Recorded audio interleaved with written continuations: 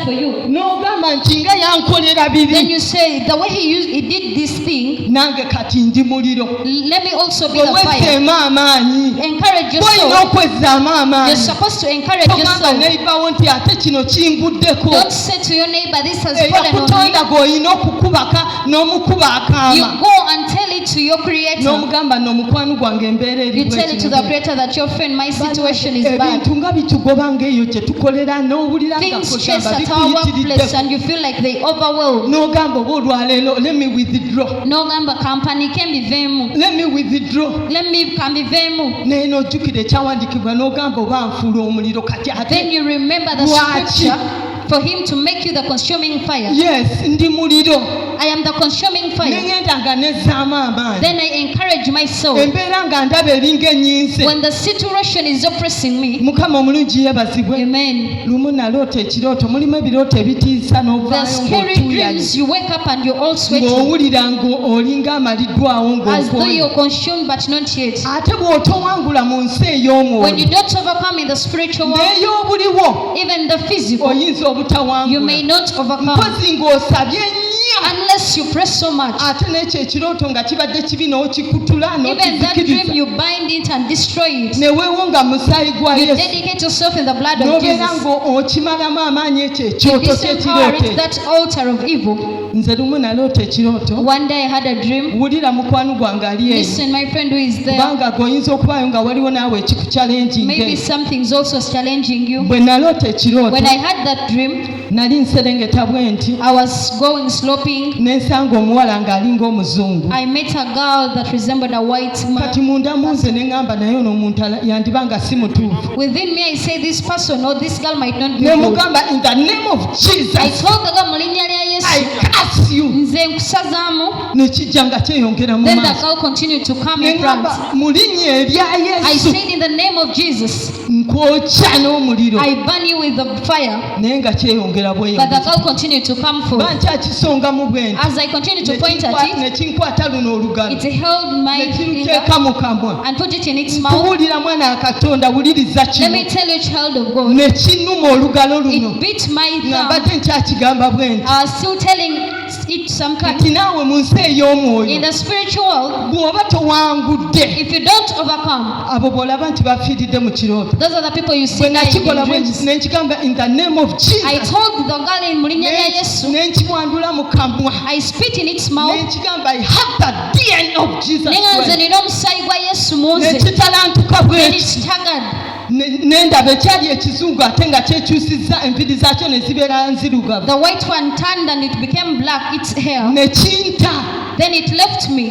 Ne ndaba nga kiddayo emabega. I saw it going back Ne behind. mmanya nti mu nsi ey'omwoyo bw'oba Then I towangudde. got to know in the spiritual world, if you don't overcome, Ne mu buliwo oyinza even in the physical, obutawangula. you may not Bwe overcome. nakigamba nti nze nina DNA ya Jesus When I Christ, told it I have the DNA of Jesus, kyanta ne kitalantuka. it left me and it Mwana wa scattered. Katonda waliwo olwaleero nga bikugoba. Maybe today Naye things are chasing you, ng'olina kwewaayo. but you have to dedicate yourself. Ng'olina kuyiga kulwana mu You have lutalo. to learn how to fight the spiritual Ng'olina battle, kuyiga nga bw'onookimegga.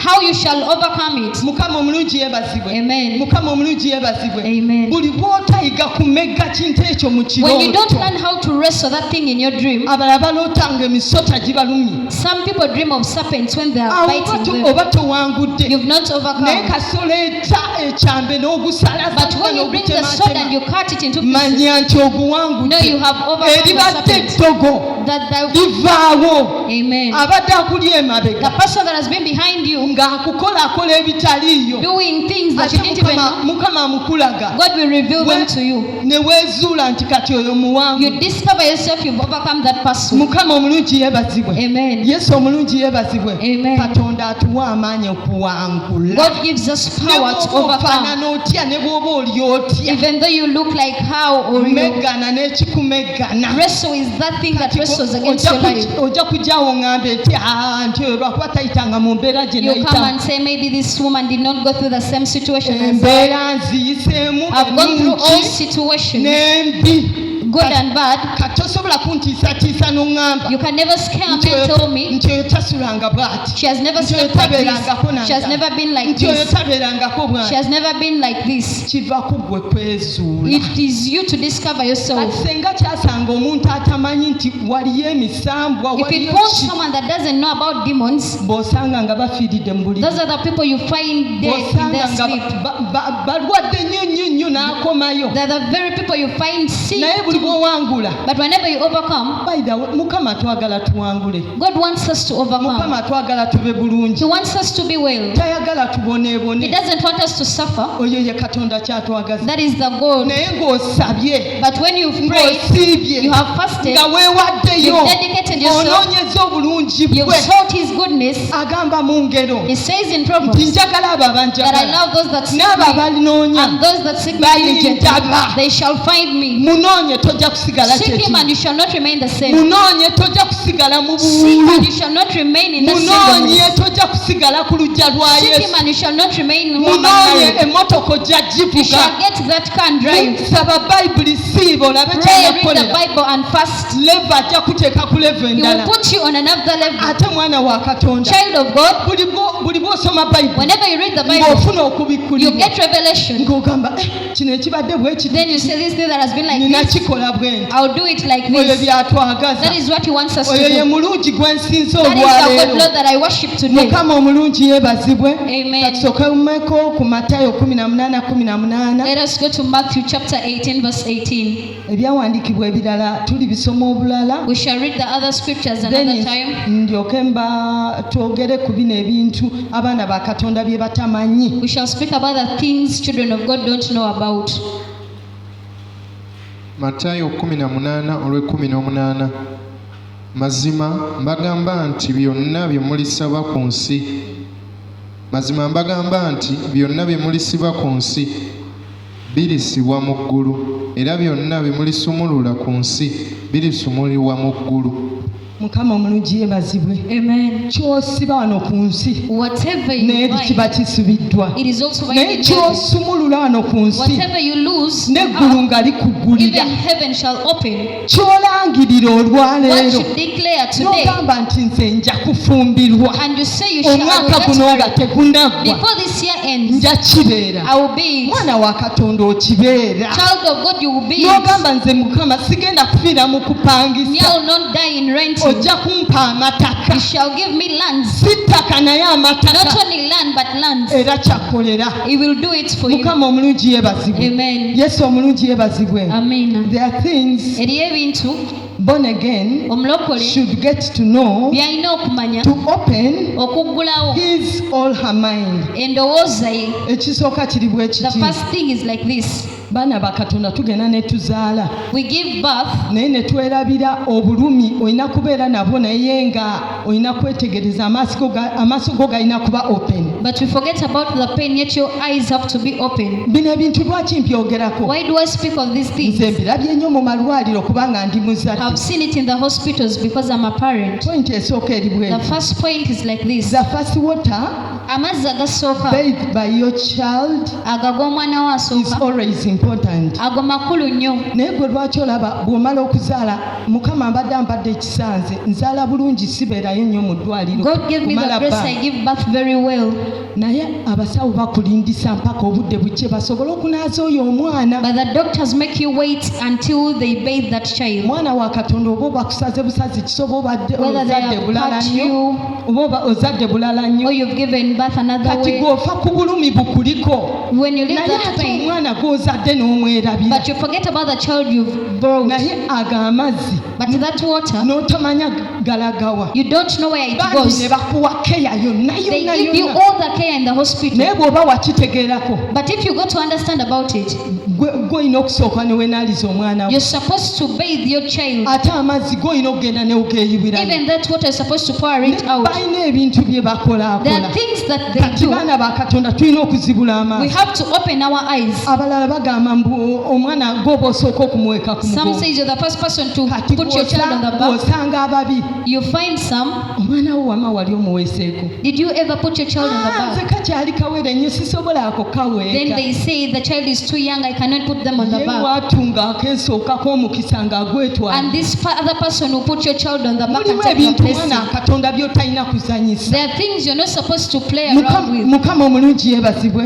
Amen. Ekyokubiri, Secondly, a name is a gate of a destiny. erinnya mulyango eri amagenda. Okwata otya omwana wo gw'ozadde n'omuyita buluma How do you get your child and name him like that?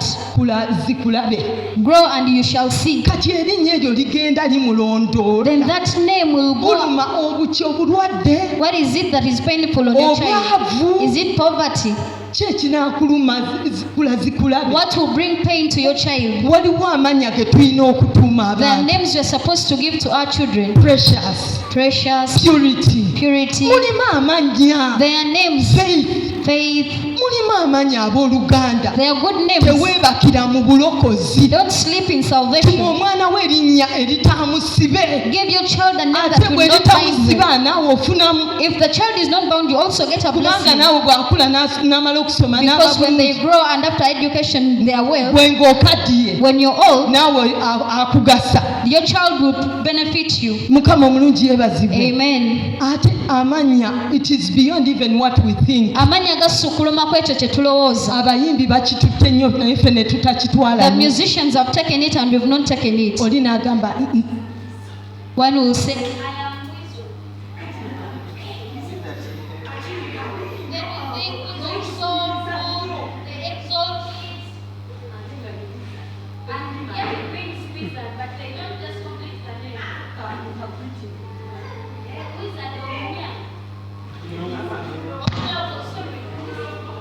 mumukubireko mu ngalo. Mukama mulungi yeebazibwe. Kati gwe you take it for granted n'okitwala ng'ekyokusaaga. naye nga bambi si byakusaaga. But it is not a joke. Tuyiga amannya ge tutuma abaana Let baffe. us learn the names that we name our children. Amannya nagyo miryango. Names are gates. Mukama omulungi yeebazibwe. Amen. Ate kye baakola baatubbako ffe bwe tuba tusomesa mbu we have 5 senses When we teach tugamba tulina entegeera 5, naye nga ziri 6. but yet there are 6. eyakabaka bwa katonda The baagifunyaafunya. kingdom of God, they rubber put it round. Ne bw'ojjayo omwana n'omubuuza how many senses do you have? Even when you ask a child how many senses they have, they will tell you 5. ey'obwakatonda tebajja gyogera. They will not talk about the kingdom Eyo sense. baagitubbako They stole it from us. whereby it affects us and the presence of Ate nga God. kitukosa ffe n'okubeerawo kwa Mukama. Mukama omulungi yeebazibwe. Amen. Mukama omulungi yeebazibwe. Amen. N'osanga oli yeekubye gatatu You find someone with naye tomanyi tattoos. lwaki ageekubye. You don't know why they You have don't know them. even the repercussions. Tomanyi n'ebivaamu. Kyekigenda okuvaamu. What will come out of Mukama it. omulungi yeebazibwe. Amen. Naye ebyo byonna nga bikwambulula omukisa But it gwo. takes away your blessing. Bikuggyako omukisa They gwo. take away your blessing. Ye yeetuuma erinye They give themselves. naye n'otamanya You don't know. nti buli bw'olyogera Whenever you speak that for you name, you get affected. gw'okosebwa. Ye ali mu bwakabaka bw'ekizikiza. He's in the kingdom of darkness. Yaafunamu He's getting. naye gwe tofunamu. But then you don't get. Yaakubako omukisa He's gwe stealing your blessing. naye nga gwe tokimanyi. You don't even know. Totera okulaba n'osanga abalogo ne beekwatisa abaana mu Don't you mutwe. see the witches, how they hold kids' Weegendereza hair? nnyo abantu abakwatakwata Be abaana careful mu of those mutwe. children that are always holding your children's Mulimu hair. abalungi They are good ones, ate mulimu ababi. but they are the bad Mulimu ones. abaggyako abaana There are those that emikisa take away the gyabwe. blessing. Oli n'akuggyako emunyenyeyo Someone will take your stuff n'agiwaanyisa and exchange naye it. mu kwogera But in naye speaking, nga gwe tomanyi. when you don't know, Mukama omulungi yeebazibwe. Amen. Mulimu ebintu bye tulina there are okwogendereza. things you're supposed to. Mukama take omulungi note. yeebazibwe. Amen. Ekyokusatu Thirdly,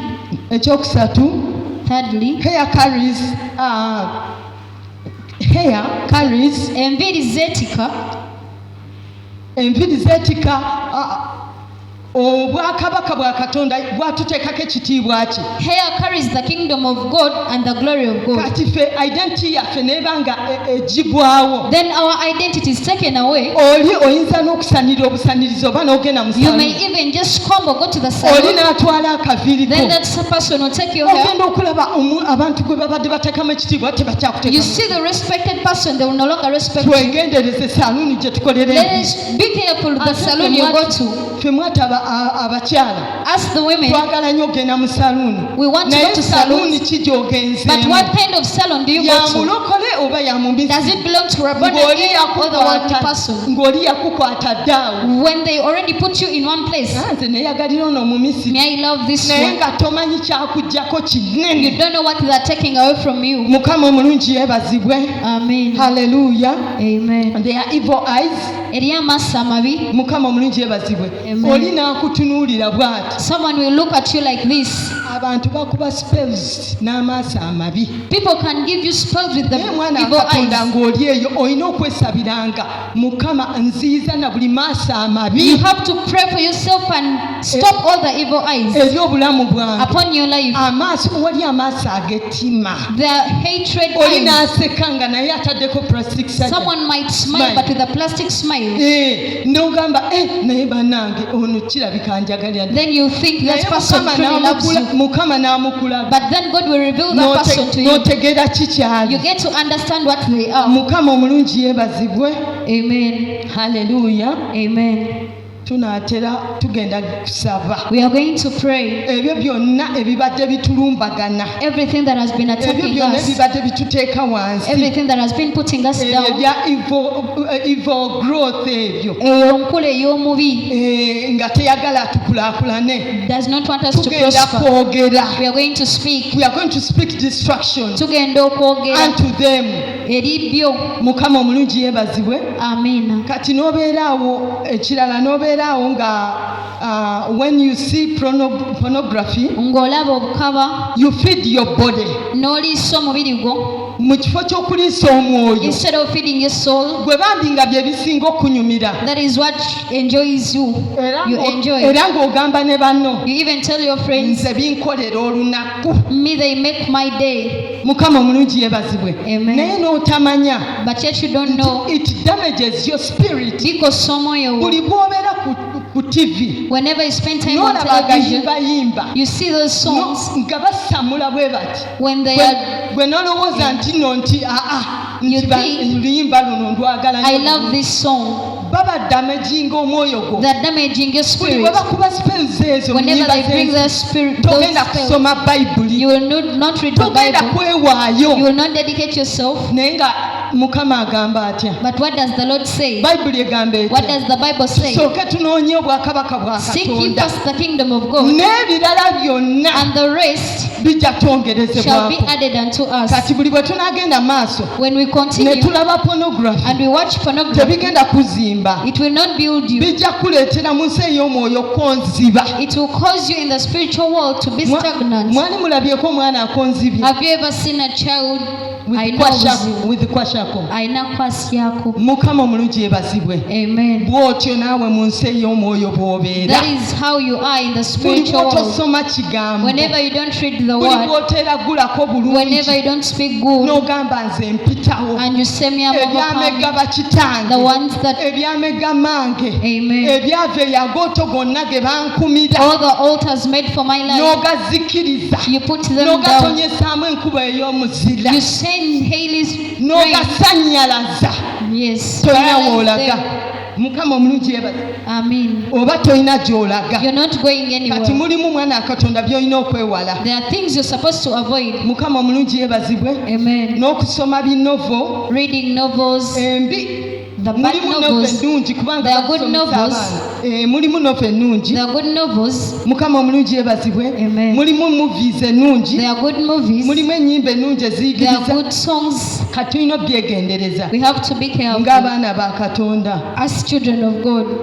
ne balema tutwalako ekyakabaka bwa so Katonda that they don't take away the king. kubanga Katonda mu Zabbuli 71 In Psalms 71, Psalms 21 verse 21 71:21 agamba mbambaza ekitiibwa it says, I do buli you ku the makya glory. ng'ofuluma mu nju kowoola Every ekitiibwa morning kya as you go, Katonda call the glory of God. kowoola okuganja mu Call bantu God's favor. kowoola emirembe buli Call God's gyosanga peace. emirembe gya Katonda gibeere wamu naawe Let God's peace be with you. naye bw'ovaawo tosabye But when you live without era praying, bw'onoosanga omubi you'll find evil. Mukama omulungi yeebazibwe Amen. naye abantu b'ensi baatusinga But the worldly people know bo better bakeera than us. mwatu bakeera ku mwenda They wake up at 3 in the night ne balaamiriza and they start to lament gwe mwana wa Katonda ng'oli mu tulo when you're asleep. naye naawe buli bw'onooyiga okuzuukuka But when you learn to wake up,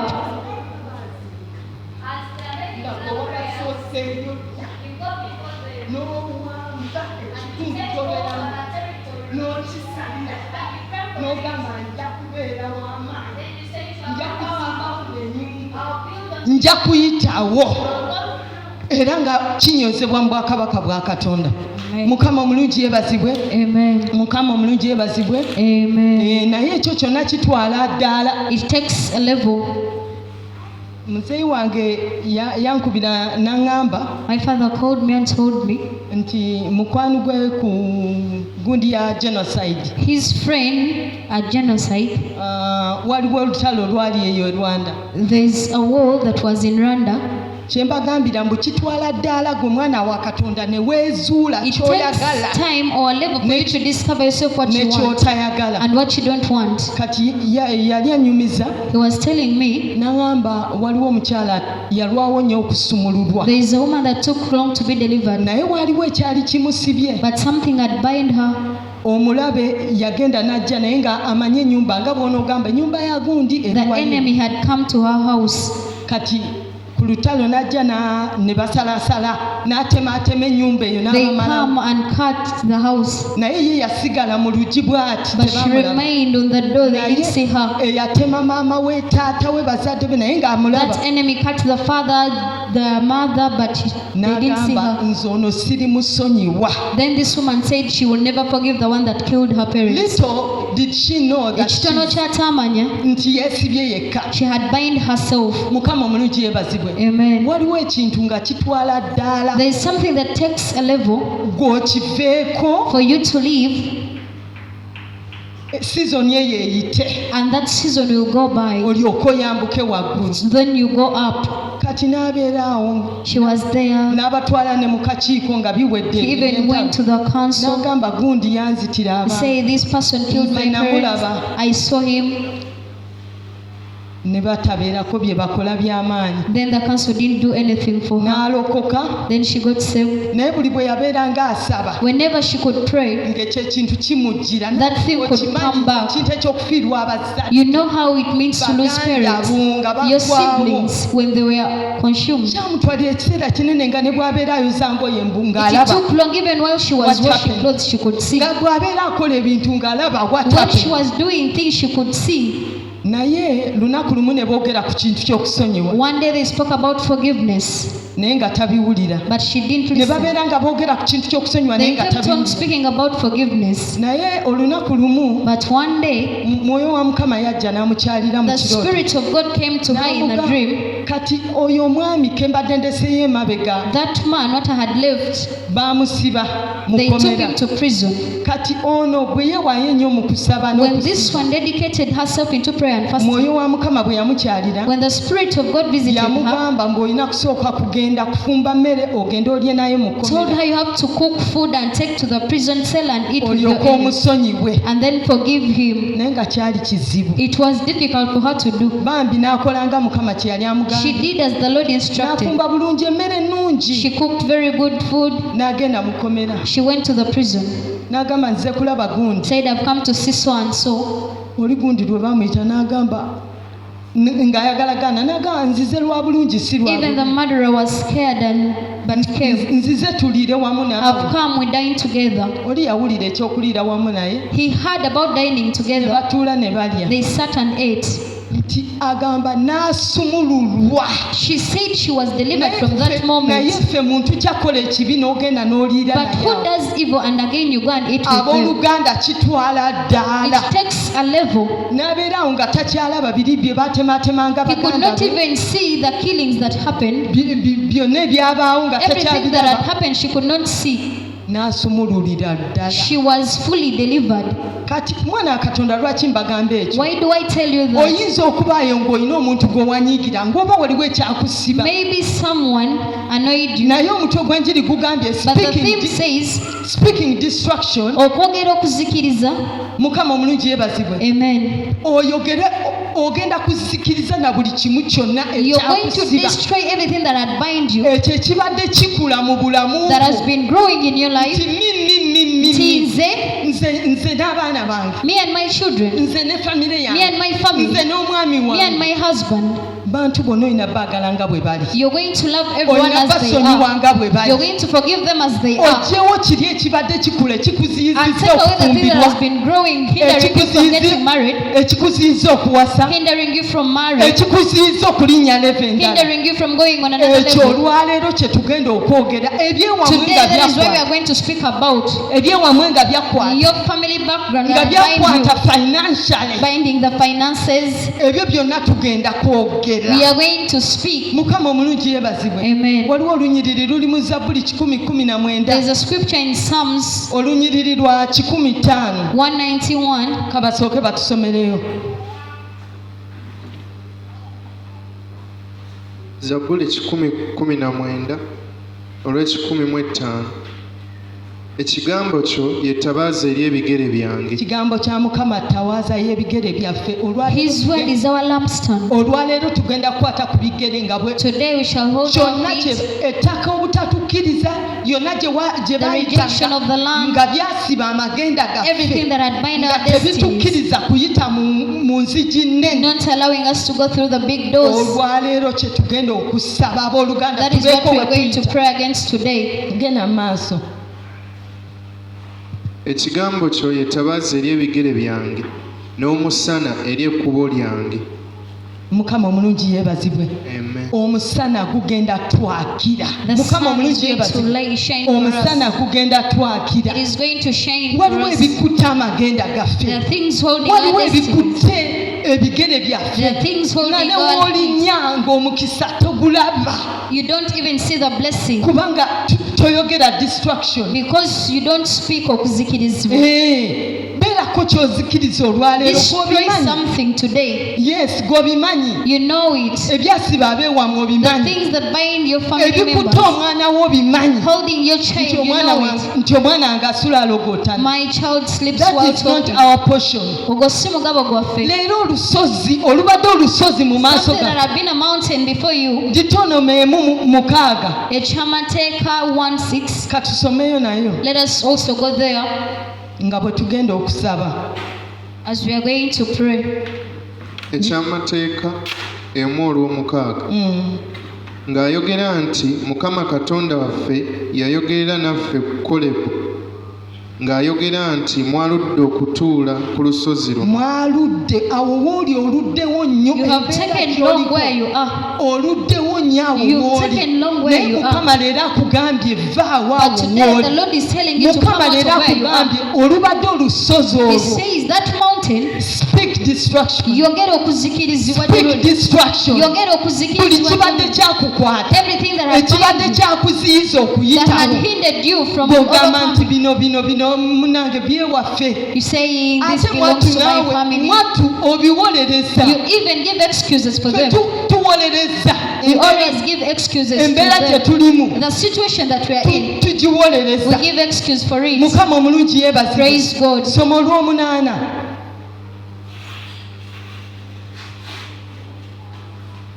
Laba ensi ngitadde mu maaso gammwe muyingire mulye ensi Mukama gye yalayirira bajjajja bammwe Ibulayimu ne Isaaka ne Yakobo okubawa bo n'ezzadde lyabwe eririddawo.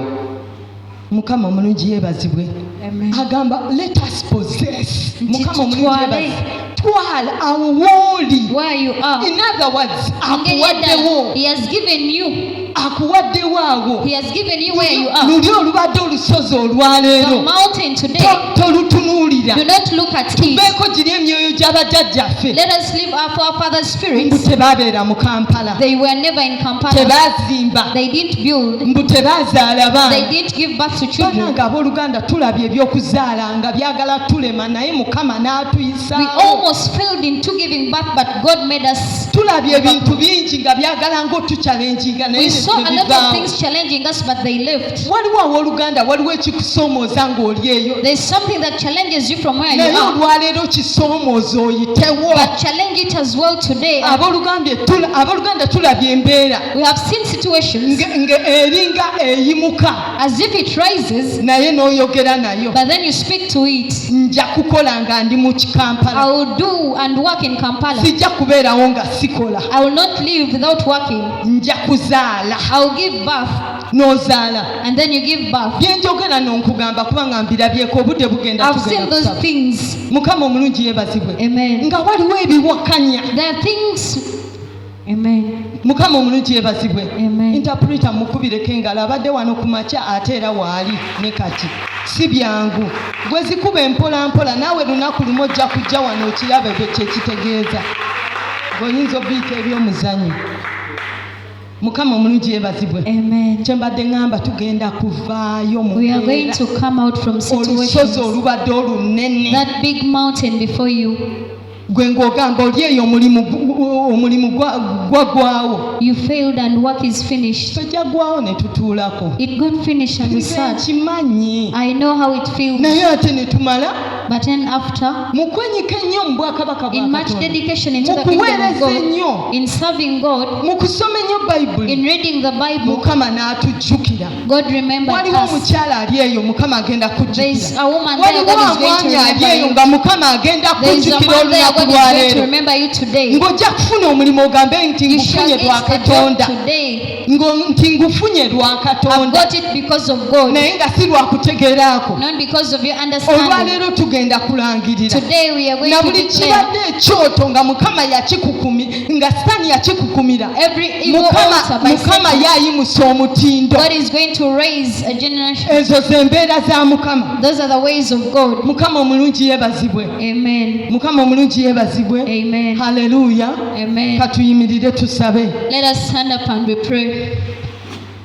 gamba ayi yesu Yes. olunaku lwaleero Onakrale. ebibadde ebyoto olwaleero mbisumululako omuliro mbizikiriza mbirangirako ennimi ez'omuliro mu linnya lya yesu omwana akatonda omulamu na buli byoto by'edda n'edda nga byakwata ensimbi zange nga byakwata obuweereza bwange nga byakwata ebyenfuna zange olwaleero mbirangirako omuliro gwa katonda mbirangirako omukono gwa mukama mu linnya lya yesu omwana akatonda olwaleero ebyatuulira omukisa gwange ebyatuulira omukisa gwange olwaleero mbisikatalinga mu linnya lya mukama waffe yesu kristo omwana akatonda katonda ow'amaanyi genda maaso ng'osaba taata omusumba omulungi nanyini kisa nanyini buyinza nanyini matendo gulumizibwa olwaleero kabaka wabakabaka tenderezebwa nanyini kisa na buli ebibadde mu kkubo lyange ebibadde mu kkubo ly'abaana bo ebibadde mu kkubo ly'amafamirizi mukama wabakabaka nga byakwata famirizi obutavaayo obutakulaakulana ng'obufumbo buyuuka olwaleero mbirangirirako omuliro ng'omuweereza wa katonda nga nabbi wa katonda ng'omutuma wa katonda mu linnya lya yesu omwana wa katonda omulamu ensozi ezibadde zigulumidde mu maaso gaffe ne zigaana abaana b'okufumbirwa ne zigaana abaana b'okuwasa olwaleero tuzisumululako omuliro olwaleero tuzisumululako amaanyi ga katonda mu linnya lya yesu omwana wa katonda omulamu nti byakukwata nti oleme kuzaala nti byakukwata nti oleme kuwasa nti byakukwata nti oleme gende ku ddala eddala olwaleero mbirangirako omuliro olwaleero mbizikiriza abange sabasaba golola emikono kyo ogambe kyakwata emikono gyange obutayitamu obutayitamu not to go for, obutakwata ku nsimbi not to hold olwaleero money. nkisumulako omuliro Today I release olwaleero fire. nkirangirako omuliro Today I declare olwaleero fire. nkyokya Today I burn it. I burn it n'ennimi ez'omuliro with the mu tongues linnya of lya fire. yesu omwana wa katonda In the omulamu mighty name, the Son kutama of the ku living bigere God. byo Bend down to your feet. kwata ku bigere byo Touch your feet. na buli kyakugaana okuyitamu Everything that has ekitagaza broken obeere you. mu kibuga Making you not to stay in olwaleero the city. tukisumulako omuliro Today we release fire. ekitayagala oyitemu That doesn't want you to olwaleero overcome. na buli njegere Today every chain ezakusiba that has olwaleero bound you. zisumululeko omuliro Today release mu fire linnya lya towards yesu them. In Jesus' kwata ku name. ttaka kwata ku Hold the ttaka ground. Hold the land. kwata ku ttaka Hold the land. gamba ttaka gwe Say you nga ndi land. mu kibuga muno As I'm in the city, nangirira omukisa I declare a blessing. ntabagana I naawe reconcile mu with you. linnya lya yesu omwana In Jesus' akatonda name, omulamu the Son of the living God. nangirira I nti declare nja kufuna omukisa that I will be gwange blessed and nja get my kufuna blessing. omukisa I will gwange get my mu blessing. linnya lya yesu In Jesus' name, eyo banja kuzimba I will build. nja kuzimba I will ku build ttaka lya kampala on the land of nja Kampala. kufuniramu ensimbi I will get money. nja kukwata ku euros I will touch nja euros. kukwata ku I will dollars touch dollars. nja kukwata ku I will pounds touch pounds. nja kukwata ku euros touch the euros. nja kukwata ku I will mafaranga touch the nja mafaranga. kukwata ku shiringi I will touch mu you. linnya erya yesu In omwana Jesus' akatonda name, the omulamu Son of the living kwata God. ku bwenyi bwo kwata Touch ku your bwenyi bwo forehead. kwata ku bwenyi bwo Touch your kwata forehead. ku bwenyi bwo Touch, hold your forehead. langirira Speak and declare nze that I, n'ebikesuuka enjere ya mwoyo mutukufu amen. nangirira omukisa gwo I declare your blessing. ekibuga kinandaba The bulungi city shall see me in a good fesi yange way. ejja My kuyakanayakana face shall mu shine. linnya lya yesu omwana akatonda In omulamu Jesus' name, the Son of the mukama living wabakaba God. katukwebaza Yes, katonda Lord, we wange thank you, our weebale Father. gwakola ebyekisa Thank you, you who does weebale gwakola merciful ebinene things. You who does weebale big things. gwakola ebikulu You who does great things. kulumizibwa mukama Be exalted, O otudde ku God, nambulondo yo as you sit on your throne. mukama buli ebitateredde naffe Everything that is not well mukama with us, tusonyiwe forgive genda mu us. maaso ng'omugamba mukama akusaasire Tell him to have wobadde mercy for you. toteredde naye Where you've not turned it ebibadde right with him. bitatuukiridde mu bulamu Every bwo unrighteous thing in mugamba your life. akusaasire Let God have mugamba mercy. akusonyiwe Let God forgive waali you. okusaasira He's here to forgive waali you. okusonyiwa He's here to forgive agamba you. mu luka It says in Luke 15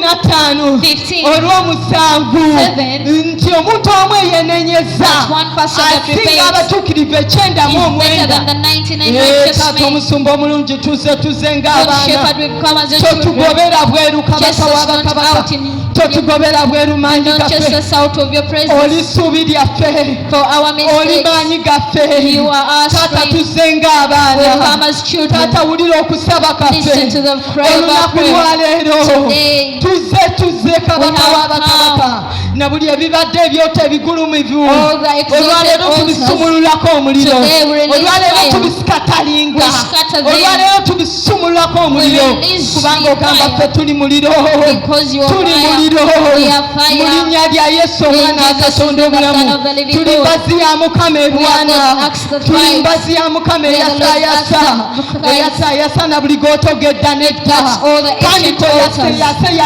Start to scatter all the na buli ancient ebibadde altars. byakwata Everything na buli that had ebibadde bind you. bigulumidde Everything that had abooluganda exalted. yasayasa Start to cut. menya Start to break. zikiriza Start to destroy. ebibadde byakukwata Everything that had kubako bind you. omuliro May you send tusumululeko fire. omuliro Release fire. nti omusaayi gwa Call the yesu blood of Jesus.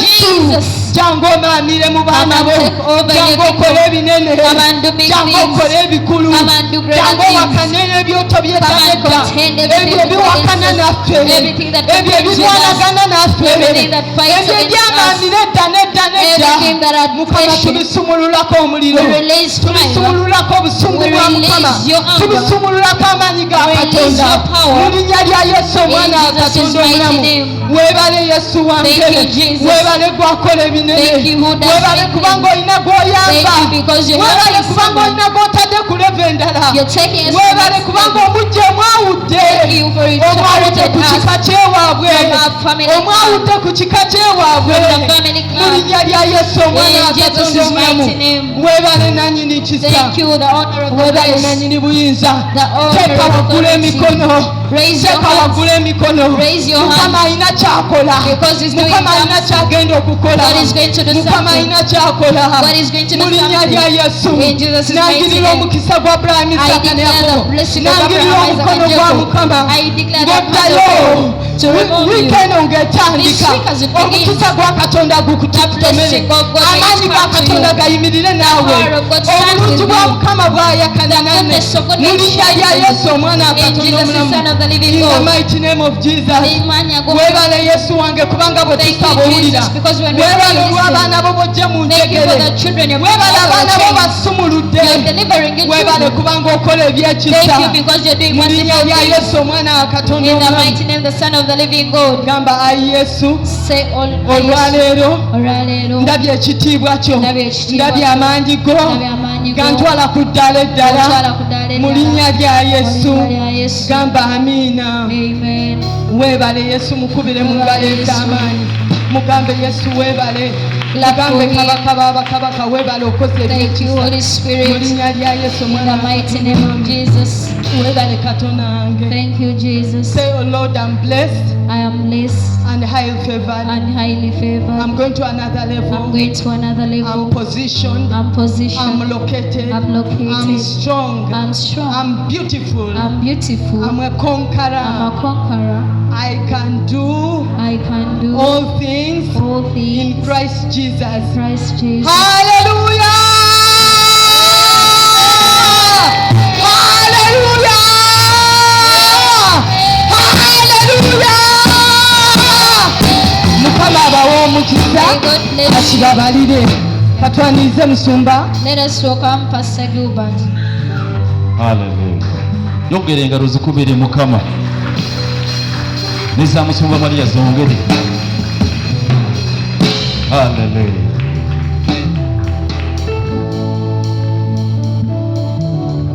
Amen.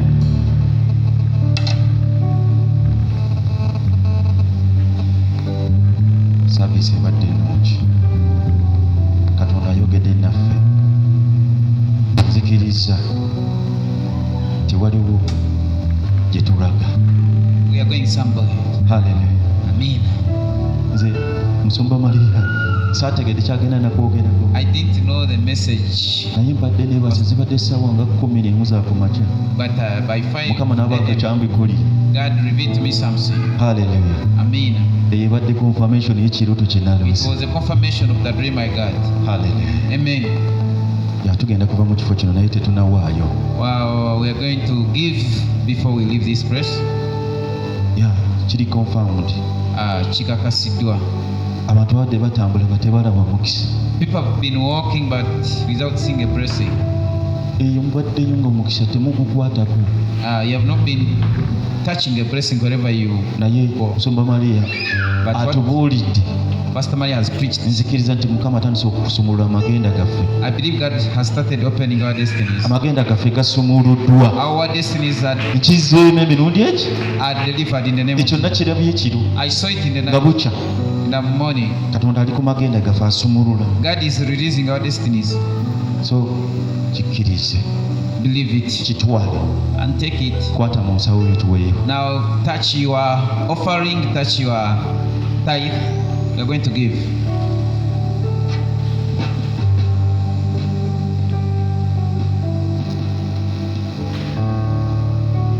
Haleluya. tumaze okukwata ekiweebwayo ne baasa we ziri. If you need an envelope, you raise your hand, then they are going to come to you. yawandiikako bulungi. baasa eyo ya mugaso nnyo.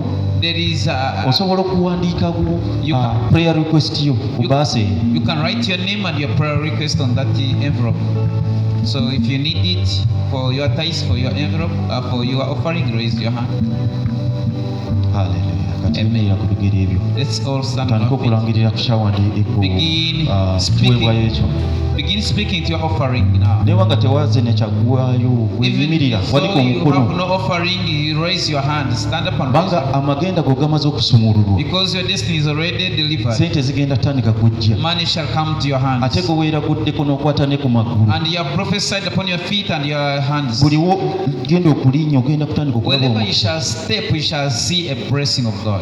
sente zigenda kutandika kujja gy'oli bwerangirira Money shall run to you. ziyite They shall run coming to you. nsumba zoogeddeko ziyulo Pastors spoke eziri mu about doole euro, za uganda tugenda zikwatako dollar, and bizinesi yoyinza okuba nga eri kenya maybe your eri business, tanzania maybe in Tanzania. ng'ogenda kukwata sente zeeyo You are going to touch money from mukama that nation. nsumuludde omukisa I release a blessing.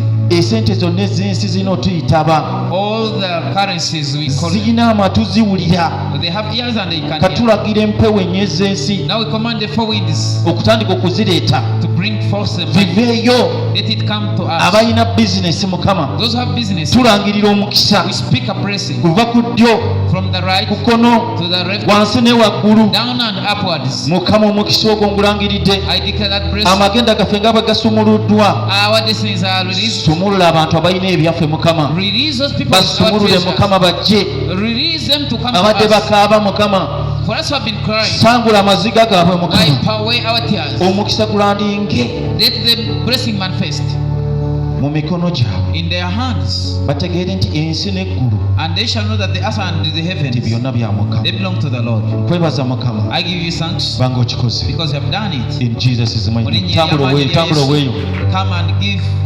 Come rejoicing. Come with a Ya, cheer, sanyukira ddala with a cheerful heart. ojja okuwaayo As worship you team give, tugenda kusinkana worship team, or you are going to remain. abaweereza ffenna Or every tugenda minister, kukozesayo eddakiika ntono nnyo every minister, you're going to remain. We shall use a few minutes. tetugenda kukozesa budde bungi We shall not use a lot of time. tugenda kutuulako wali eddakiika ntono nnyo tujja kuba tumaliriza Ministers, we shall sit in the church for a few minutes. haleluya Amina. yatugenda basiibula kati emikono giteekeyo waggulu So raise your hand for the final blessing. omukisa ogwa ibulayimu isaaka ne yakobo mukama Blessing of Isaac and Jacob. bulijjo omukama nga bw'oyogera nti ekisa kyo Always, as you say that your kiba blessing kipya buli lunaku is new every day. mukama aliko omukisa Let your blessing gulandinge ku bantu bo land upon these people. kubanga oyogera mu kigambo kyo You speak in your word nti omukisa gw'owa abaana bo that the blessing for your children bwe bulamu is long life. nangiridde obulamu I declare long life, obulamu bwennyini real life, obulamu mu bye bakwatako the life that obulamu mu bantu be batambuliramu the life that people walk in. bwe banaalinnya ekigere kyabwe Wherever they shall put their buli kyafa whatever is kitoole there, obulamu it shall get life. era nangiridde obulamu And I declare life. in the name of Mu jesus linnya lya Yesu. ekisa kya mukama waffe yesu kristo nokwagala kwayi katonda n'okusa ekimu ku mutukufu beere naffe ffenna n'eri abooluganda emirembe gitala amen mukama bawe omukisa mwebale kujja worship team ne abaweereza bonna tuddeko wali katono dakika 5 tujja kuba tuvuddewo